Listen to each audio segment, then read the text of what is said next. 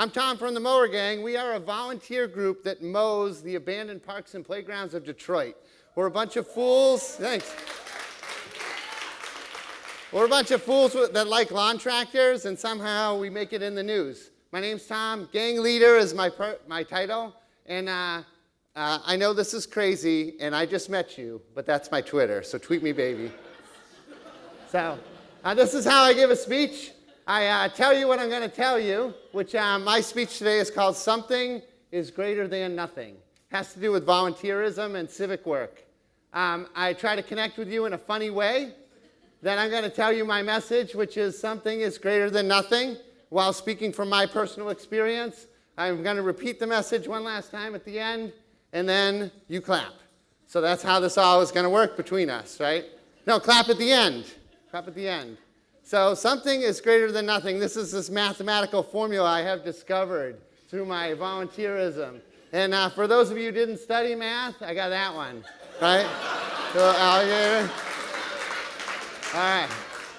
So this is the connect with you part. So one day I was driving to work. I listen to NPR sometimes when I'm not doing something dumb. And they were talking to the author of this book. I brought my prop, so I got something in my hand. And the book is called Bowling Alone. I didn't like the book, but I read it. I really liked the interview. The guy was really dynamic, and he talked about how in society today, no one is joining these civic organizations like the Elks Clubs, the Knights of Columbus, and things like that. The title comes from the fact that the amount of bowling being done today is actually up, but the number of bowling leagues is down. People are actually bowling alone. It's really odd, a very odd fact. And it makes a great title because you'll remember that. You wouldn't remember no one joins the Knights of Columbus. My dad was an elk, and I always thought he went there to drink beer and get away from my mom. But actually, these civic groups do something. They take a portion of all the booze they sell and a portion of everyone's time, and they put it into the society by building parks, by helping out underprivileged kids, they all stand for something different, Catholic charities. But they do something. And the fact that me and my friends and anyone I knew wasn't a member of these civic groups was bad, right? That's bad news. No laugh there, is there?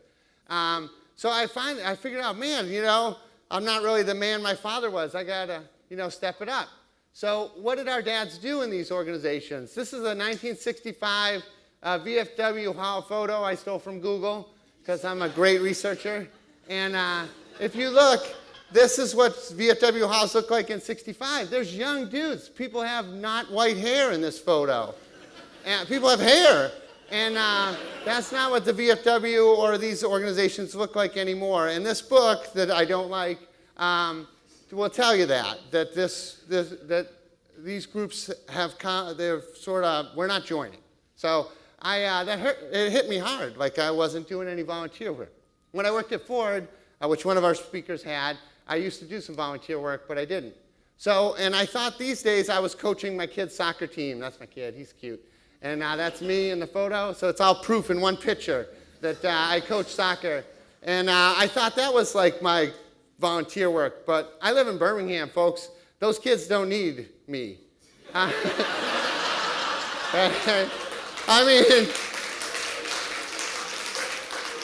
I'm having a positive effect on all these future lawyers and doctors, and millionaires. Some of them are currently millionaires. So I decided that it was time to do some volunteer work. But I have 3 little kids. I run a company. I got all this crap, right? We all got baggage, don't we, right? So what skills do I have that I could put into volunteer work? So these are the 3 things I came up with. They're not very impressive. I am a Craigslist ninja. I can buy anything on Craigslist for less than I should pay. I'm good at it. I own a van because I own this company, and we have a van. It's ugly. And I can sort of fix stuff sometimes. I do like to do that. So then I had to look at who needed me. As you can see, the something is greater than nothing is not about aiming high. Have you guys all figured that out yet? So this was in July 2010. The city was threatening to close down a bunch of parks. Close them. No more. Not going to do anything to these parks.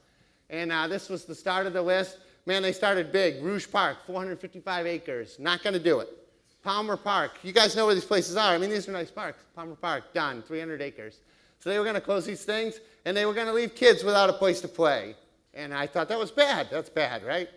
And all these things need was a mow. They exist. They're parks. They're playgrounds. They are there. All they needed to mow. So, hey, I always wanted a lawn tractor, too. Who hasn't gone to Home Depot and sat on one, right? That's me. So I started. This is a guy named Al who has no idea he's showing up in a TEDx speech. And and I only met Al once. I think his name was Al. And I bought his lawn tractor for $250, and there he is showing me that it actually runs. And I was supposed to go back, so let me go back to Al because he's a good-looking man. So I bought this lawn tractor, and I would go out into parks, and I would mow under the swing sets. I mean, this is not rocket science, folks, right? But the city it was a budget thing, and they still don't mow some of them. So I'd just go out there and spend an afternoon. I wouldn't schedule it. I wouldn't do anything. I'd just have 2 hours free from work, throw the thing in the back of the truck, go, come back, go back to work. It was good. Then I found this abandoned velodrome in Detroit. Does anyone know that Detroit has a velodrome? Yeah. And so I found this thing. The velodrome is a bicycle racing track. They built it in the 60s, and I dug it out. But I needed help. I knew it wasn't going to be a one-person job, so I posted something on Facebook. I created a Facebook page and a logo, and I invited people from like cycling groups to show up. And I thought to myself, if one guy shows up to this thing, it would be great. And this is a picture from that day, but it bears some explanation. This dude over here is my brother. He came because he loves me. This pair of knees back here is Mike, Dr. Mike. He worked for me. I paid him to go. This guy here showed up to tell us it was impossible and would never do anything. Screw him.